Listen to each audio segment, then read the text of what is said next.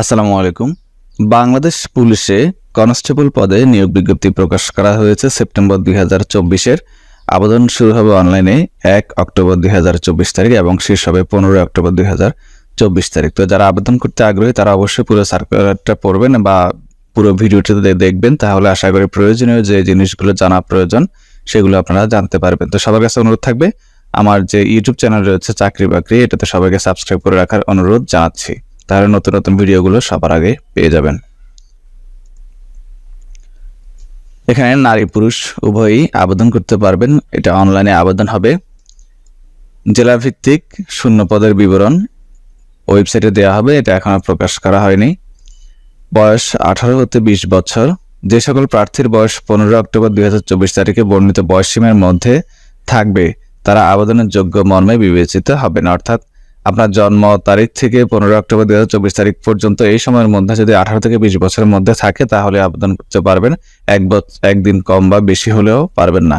এক্ষেত্রে মুক্তিযোদ্ধা, শহীদ মুক্তিযোদ্ধা ও বীরাঙ্গনার সন্তানদের জন্য নির্ধারিত কোটা প্রার্থীদের জন্য বিদ্যমান কোটা পদ্ধতি অনুসৃত হবে।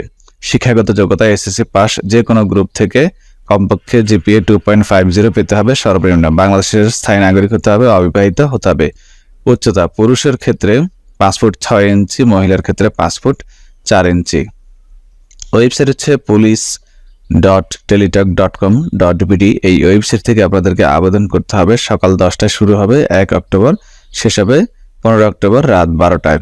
অনলাইনে আবেদন করার জন্য ছবি, সিগনেচার, ভোটার আইডি অথবা জন্ম নিবন্ধন, এসএসসির ইনফরমেশনগুলো লাগবে। এখানে প্রাথমিক অবস্থায় আবেদন ফি হচ্ছে 40 টাকা, যেটা আপনাকে টেলিটক সিমের মাধ্যমে SMS পাঠিয়ে পেমেন্ট করতে হবে। তো অনলাইনে ফর্মটা পূরণ করা শেষ হলে টেলিটক সিমের অপশনে যাবেন, মেসেজ অপশনে যাবেন, গিয়ে লিখবেন TRC স্পেস দিয়ে ইউজার আইডি আপনি অনলাইনে ফর্মটা সাবমিট করলেই পাবেন।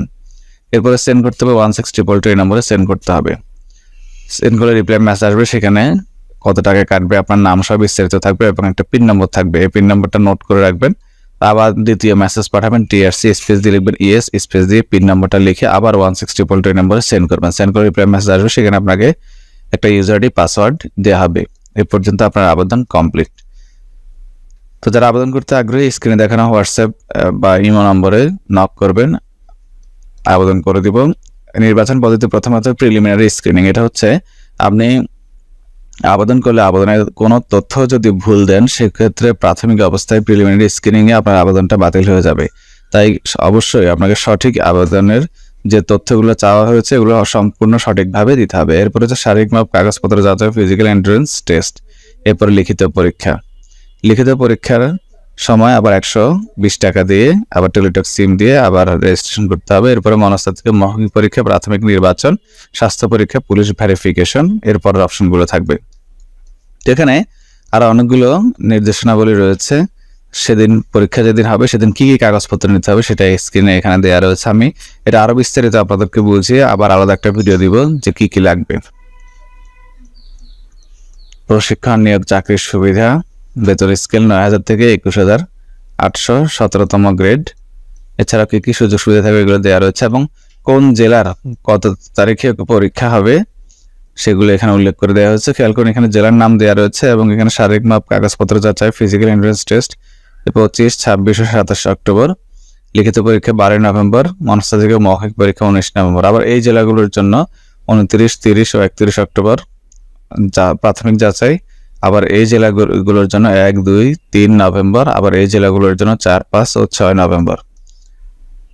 তো এই ছিল সর্বশেষ তথ্য। আপনাদেরকে কিভাবে অনলাইনে আবেদন ফর্মটা পূরণ করতে হবে সেটা নিয়ে আবার ভিডিও দিব। অবশ্যই ফেসবুক পেজটিতে লাইক দিয়ে রাখবেন, ইউটিউব চ্যানেলটিতে সাবস্ক্রাইব করে রাখবেন। ধন্যবাদ সবাইকে।